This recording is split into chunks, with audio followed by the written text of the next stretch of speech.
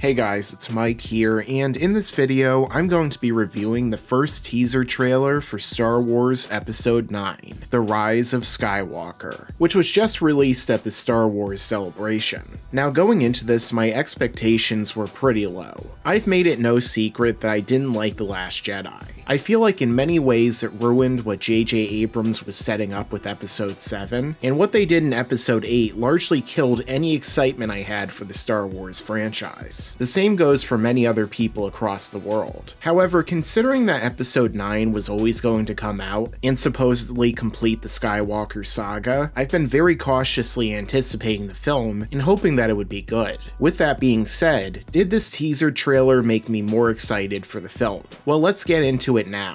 Make sure to subscribe to this channel and enable notifications so you can see all of my content right away when it comes out. Now the trailer begins in pretty much the same way that Episode 7's teaser began. However, this time Rey is the one standing outside in the desert. We hear the voice of Luke Skywalker, saying that 1,000 generations of the Jedi passed on all they know, and that they live in her now. But now it's Rey's fight. Of course, continuing to set her up as the main protagonist of the film. And this also ties back to what Obi-Wan told Luke in Episode 4, when he was explaining the Jedi and the Force to him. Although I'm not sure about you guys, but I'm kind of getting the Avatar Legend of Korra vibes from this whole thing. But anyway, as we continue on, we see that Rey has Luke Skywalker's lightsaber, and that she's facing off with a TIE fighter that's making its way toward her. And I'm guessing that this is likely Kylo Ren's ship, and they're having some kind of big face-off on this planet. Whether it's Tatooine, Jakku, or another planet is up in the air right now. But speaking of up in the air, we see as Rey does some kind of crazy flip with the Force, jumping on top of the ship and appearing to attack it with her lightsaber. So once again, JJ seems to be showing off her powers in a big way. A little more impressive than lifting some rocks. We then see a shot of a ship as it enters through a planet's atmosphere, although which planet this is not entirely sure, but it may be the same planet that we see toward the end of the trailer. Then we see as Kylo Ren appears to be fighting on the front lines against some kind of enemy force. Considering that he's fighting side by side with the stormtroopers, it might be that they're taking over another planet that wasn't really on board with the First Order. And this goes to show that Kylo Ren is kind of like Darth Vader, where he's actually on the front lines despite being the Supreme Leader. And it's a pretty cool shot.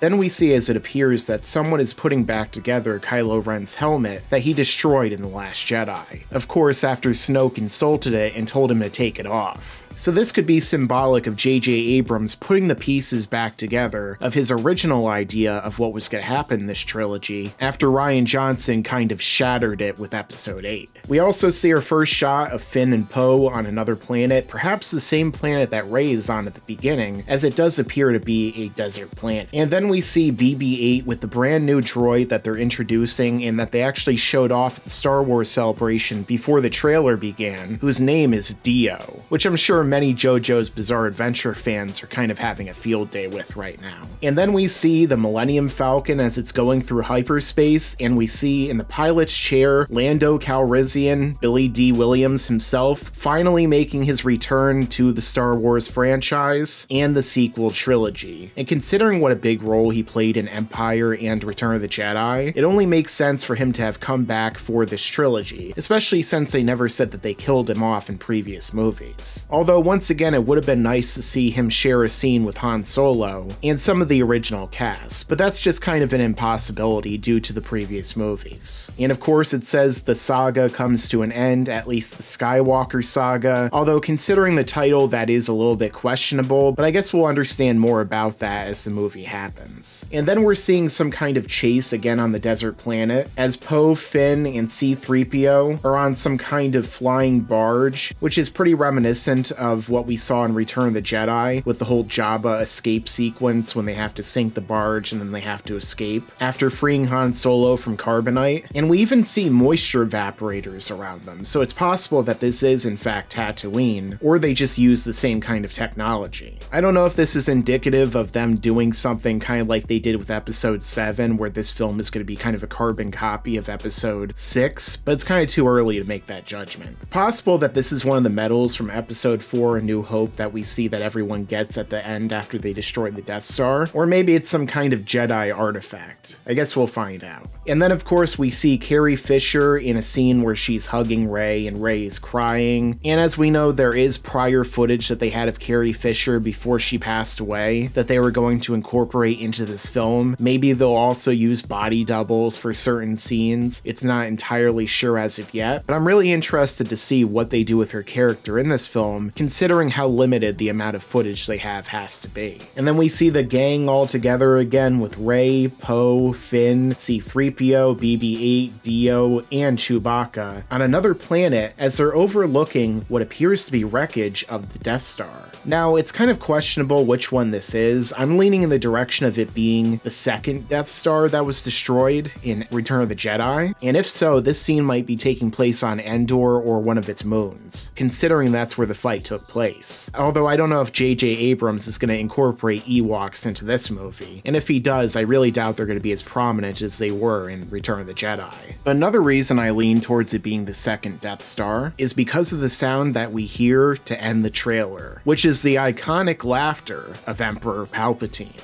And we know that this is in fact Emperor Palpatine, not just because of the fact that his voice and his laugh is so iconic, but because Ian McDiarmid actually appeared on the stage at the Star Wars Celebration right after the teaser aired, and then in his Emperor voice said, "Play it again," which they in fact did. So that implies that the Emperor is going to be in this film in some way, and considering the fact that they are going and checking out the Death Star wreckage, then this raises a number of questions about what exactly is going on with the Emperor in this film. However, I'm leaning more in the direction of some of the things that we saw in the EU, such as perhaps Emperor Palpatine having a clone, which may have possibly been on the Death Star and survived in the wreckage for all of this time in stasis, or something that I think might be more realistic and also incorporates what we saw in the Clone Wars with Darth Bane, is that perhaps the spirit of Palpatine endured due to some kind of Sith artifact or tomb on the Death Star itself. And so his spirit is actually lingering inside of the Death Star wreckage. And so they're going there to see what exactly is going on with him, and possibly to finally rid the galaxy of him once and for all. Although as we see in the final shot of this trailer, as the title comes up, The Rise of Skywalker, it raises the question of what exactly that means. Is Luke Skywalker coming back from the dead with some kind of special force ability that hasn't been discovered until right now? Is Rey secretly Luke's daughter or a Skywalker after all? Or maybe it's even talking about Kylo Ren and his rise as the supreme leader, and now basically the Emperor himself. Either way, this trailer did something that J.J. Abrams is certainly known for, which is raising a bunch of questions that the audience are going to ponder about up until the moment that we actually see the film. So with all of that being said, was this a good teaser trailer? Well, in my opinion, I'd have to say that it was in fact pretty good. It isn't exactly groundbreaking, and it's pretty similar to the Episode 7 teaser trailer, but it certainly helped to build some anticipation for the film, and the inclusion of the Emperor's laugh at the end and the title definitely left the audience wondering and speculating about what's to come. And for me personally, I'd have to say that I'm now more excited to see the film than I was beforehand, which I feel like is definitely a symbol of quality considering how low my excitement and expectations were before this. My faith isn't completely restored in Disney or the Star Wars franchise considering just how big of a blow The Last Jedi was to it overall, and I'm not sure if I'm as excited about this as I am for, say, the Return of the Clone Wars, or the upcoming trilogy being created by the Game of Thrones creators, but I would have to say that it's definitely a step in the right direction. Whether the film itself will help to redeem all of the issues that occurred during the course of the sequel trilogy is a different matter altogether, but at least from what I saw in this teaser, it seems to be a step in the right direction.